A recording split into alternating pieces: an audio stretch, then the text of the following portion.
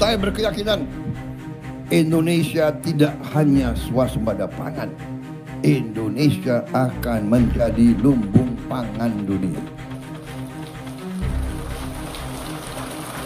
Guna mewujudkan swasembada pangan nasional, pada tahun 2025 Polri menargetkan penanaman jagung pada 1 juta hektar lahan dengan estimasi hasil panen mencapai 4 sampai dengan 10 juta ton.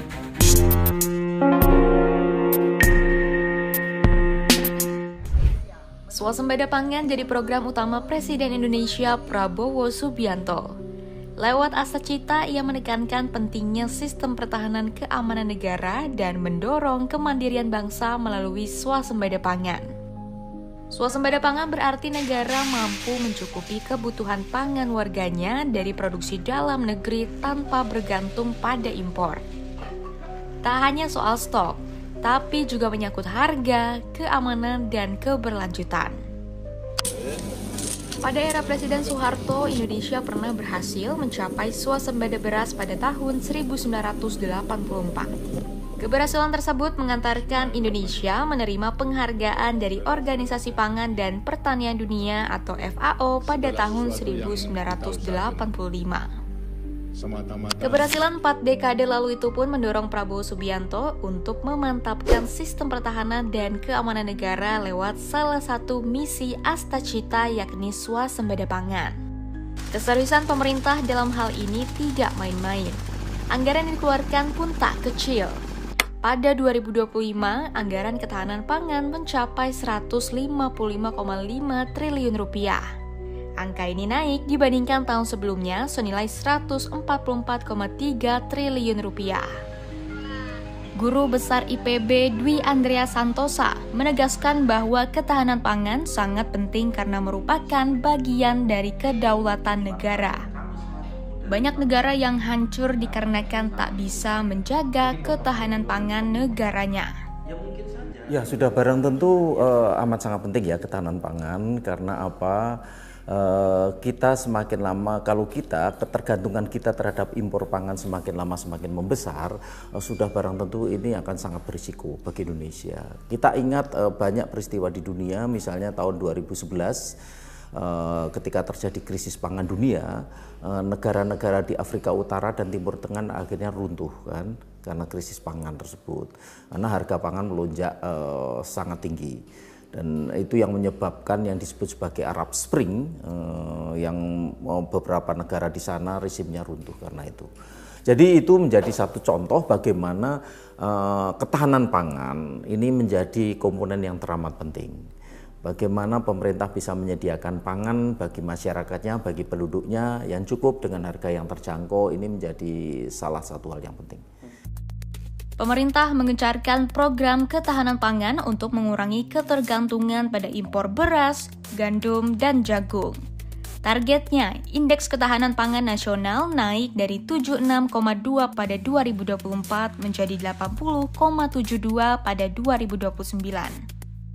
Menteri Pertanian dan Kapolri menjamin tahun 2026 Indonesia tidak impor lagi jagung. Saat ini Indonesia masih mengimpor jagung dari Argentina dan Brasil sebagai negara pemasok utama. Di tahun 2025, pemerintah menyetujui impor sebesar 900.000 ton jagung industri.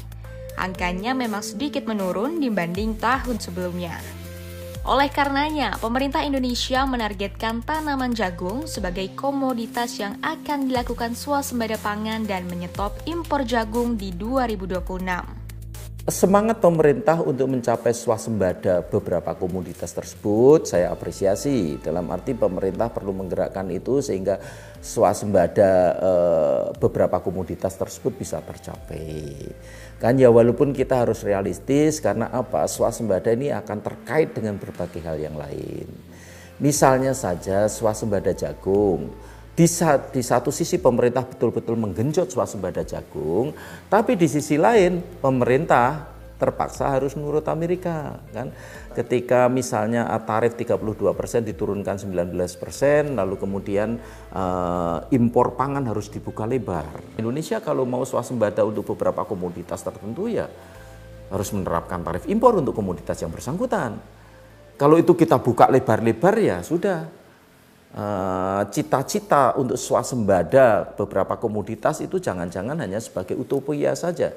Karena antara keinginan besar untuk swasembada tidak diimbangi dengan keinginan untuk meredam impor dari luar negeri. Penggunaan jagung tidak hanya untuk konsumsi saja, tetapi juga untuk industri pakan ternak. Kelabotnya dimanfaatkan sebagai bahan kompos, sedangkan tongkolnya digunakan untuk bahan kertas serta sumber bioenergi. Melalui instruksi Presiden, Polri dilibatkan dalam pengolahan jagung sebagai bagian dari strategi akselerasi swasembada dan ketahanan pangan nasional. Hal itu tertuang dalam nota kesepahaman antara Kementerian Pertanian dengan Polri perihal sinergitas tugas dan fungsi pada pembangunan pertanian pada 2024. Di tahun yang sama, Polri meluncurkan gugus tugas ketahanan pangan secara serentak di seluruh Indonesia pada November 2024. Polri terus menggalakkan penanaman jagung untuk menuju swasembada pangan nasional. Tahun 2025, Polri menargetkan tanam jagung di lahan 1 juta hektar dengan perkiraan panen hingga 10 juta ton. Dengan estimasi produksi antara 4 hingga 10 juta ton, program ini diharapkan mampu menopang kebutuhan pangan nasional.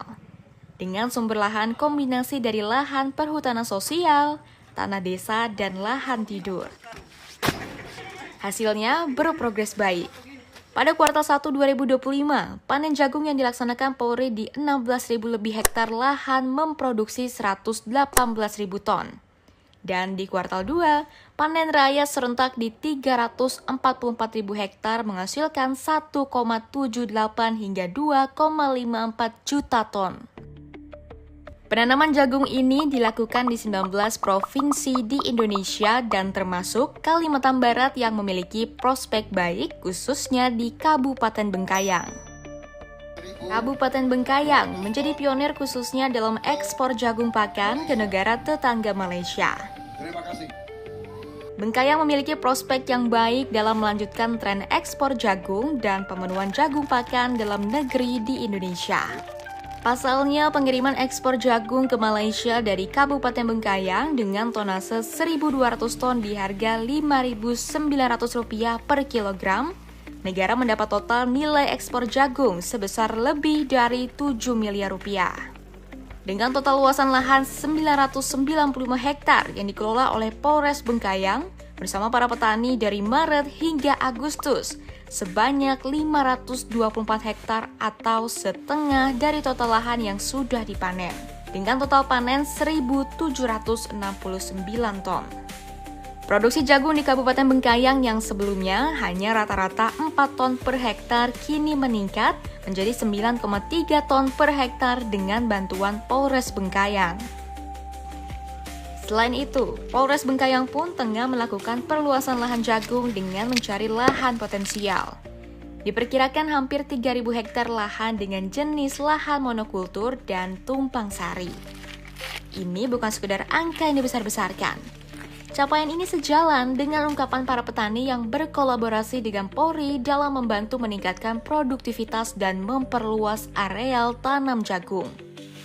Seperti yang dirasakan Suarsono, petani Desa Bange, Kecamatan Sanggauledo, Kabupaten Bengkayang. Dirinya mengaku berkat bantuan Polri, hasil panen jagung yang didapat naik drastis. Itu sangat punya perbedaan, Pak. Kalau metode lama yang biasanya kami panen 1 hektar 4 ton, sekarang alhamdulillah menjadi 6-7 ton kadang-kadang. Itulah dengan adanya teknis-teknis yang modernisasi, sangat mengubah kami yang cara lama menjadi cara baru, Pak. Kemungkinan itu yang kami akan ikuti, Pak. Seperti kemarin, Pak, awal penanaman, cara penanaman, pemupukan sangat berbeda jauh, Pak. Jauh sekali dengan yang kami tanam metode lama. Apa yang membedakan, Pak? Kualitas pupuknya kah atau apa? Kemarin sistem Migo, Pak. Pemerintah untuk mengatasi harga ini kami sangat dipermainkan, Pak. Jauh beda. Berapa, Pak? Dulu yang dipermainkannya seperti apa, Pak? Berapa harga yang diterima dulu? Itu dulu sebelum ada patokan dari pemerintah. Kita tuh kadang-kadang alasannya jagung banjir. turun harga pernah mencapai 3.300 Pak dengan petani. Sekarang ya 3.300. Alasan jagung banjir, jagung apa. Setelah campur tangan pemerintah di program ini udah 5.500 Pak ke atas. Itu alhamdulillah. Suarsono tidak sendiri. Asin, petani dari Sanggauledo, Kabupaten Bengkayang pun merasakan hal yang sama. Bimbingan dan kerjasama teknis bersama Polres Bengkayang membuat hasil panen yang didapat olehnya naik.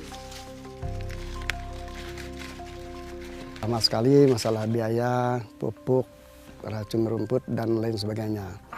1 hektar tuh paling tinggi itu 2 ton. Ya kadang-kadang 1 ton. Tapi dengan adanya program polisi, saya nanam jagung ikut koperasi itu, ya sekarang bisa mencapai 7-8 ton 1 hektar. Ya sulitnya terutama sekali kita nanam sendiri itu kan serba kurang. Terutama kurang masalah pupuk, racun rumput, bibit dan lain sebagainya. Setelah dibantu sama polisi ini ya cukup lumayan, bisa juga kita menyekolahkan anak. Petani jagung sangat rentan dipermainkan harga pasar oleh para tengkulak. Hal itu membuat petani akhirnya merugi dan tidak dapat menutup biaya operasional. Dalam memecahkan masalah itu, Polri bersama stakeholder lainnya mengintervensi harga jagung pakan atau jagung pipilan kering. Lewat pemerintah yang menetapkan HPP jagung di tingkat petani sebesar Rp5.500 per kilogram. Kebijakan ini menjadi acuan Bulog untuk menyerap hasil panen dan memperkuat stok cadangan jagung pemerintah atau CJP. Untuk mencapai target 1 juta ton jagung terserap oleh Bulog, Polri melakukan pendampingan lewat pengamanan proses distribusi dari wilayah sentra produksi ke gudang Bulog serta memastikan tidak ada hambatan logistik yang merugikan petani maupun pelaku usaha. Tugas Polri ini menjadi penting untuk meningkatkan kesejahteraan petani dalam menjaga stabilitas harga jagung di pasaran. Polri juga turut membangun sebanyak 18 gudang dryer jagung di 12 provinsi milik PT Pangan Merah Putih. Salah satunya berada di Kabupaten Bengkayang. Gudang dryer ini berguna untuk mengeringkan jagung dari petani dengan kadar air 27% menjadi 14% sesuai dengan standar industri. Tidak sampai di situ, untuk menjawab akses pupuk yang sulit dan hasil panen buruk, Polri lewat Polres Bengkayang pun membentuk Koperasi Teguh Sejahtera Bengkayang. Koperasi ini bertujuan untuk mendukung ketahanan pangan dengan menyediakan pupuk dan membantu memasarkan hasil panen menjadi lebih luas. Terkait stabilisasi harga, ini tentunya juga menjadi concern bagi Polres Bengkayang dengan Koperasi Teguh Sejahtera ini. Bagaimana harga yang ada supaya menstimulus petani untuk mendorong hasil panennya kepada koperasi dengan pembagian yaitu nanti bagi hasil 60-40, 60% untuk petani dan 40% untuk koperasi dengan catatan koperasi masyarakat menjadi bagian atau anggota daripada Koperasi Teguh Sejahtera Bengkayang ini, mulai dari awal tanam, kemudian juga perawatan, treatment, kemudian hingga sampai kepada panen. Ketika panen hasilnya dimasukkan ke koperasi kemudian dimasukkan juga ke gudang ataupun pabrik dryer kita untuk nanti dilempar ke Bulog yang saat ini sedang digalakkan untuk hasil panen jagung ini kita masukkan ke Bulog seperti itu. Kehadiran program ini tidak hanya menambah kuantitas hasil panen dan kesejahteraan petani, tetapi turut menurunkan angka kriminalitas di Kabupaten Bengkayang. Pasti ini sangat berkorelasi, Mas, dengan adanya masyarakat yang melakukan penanaman jagung mungkin sebelumnya tidak bekerja, kemudian kita beri edukasi, kita beri sosialisasi, kemudian mereka mau bercocok tanam jagung dan kemudian bekerja sama dengan koperasi, menjadi keanggotaan koperasi. Ini tentunya merangsang masyarakat sendiri untuk yang sebelumnya tidak bekerja menjadi bekerja dan dalam bekerjaannya itu mendapatkan keuntungan dari lahan yang mereka miliki. Dan didapati data, dianalisa dan evaluasi di Polda Kalbar untuk angka kejahatan di wilayah hukum Polres Bengkayang ini mengalami penurunan sebesar 27%. Dan ini akan kita tingkatkan terus. Dan kemudian untuk jangka panjangnya nanti tentunya dengan adanya stimulus-stimulus itu merangsang masyarakat untuk bekerja dan pastinya untuk jangka panjangnya untuk menurunkan angka kemiskinan di Kabupaten Bengkayang. Turut serta Polri dalam mendukung ketahanan pangan bukan sekedar program seremonial, melainkan wujud nyata sinergi aparat dan masyarakat untuk meningkatkan produksi pangan, mengurangi ketergantungan impor dan mewujudkan kedaulatan pangan nasional seperti Astacita Prabowo Subianto. Harapannya, langkah ini dapat memastikan hasil panen terserap dengan harga yang layak, serta membawa kesejahteraan bagi petani hingga mampu mengubah garis tangan hidup anaknya. Serba susah sih kalau kita bilang. Tapi sekarang ya termasuk cukup lumayan, mampu juga beli motor roda 2, bisa nyekolah anak di Jawa. Bahkan dah selesai ada yang kerja di Puskesmas.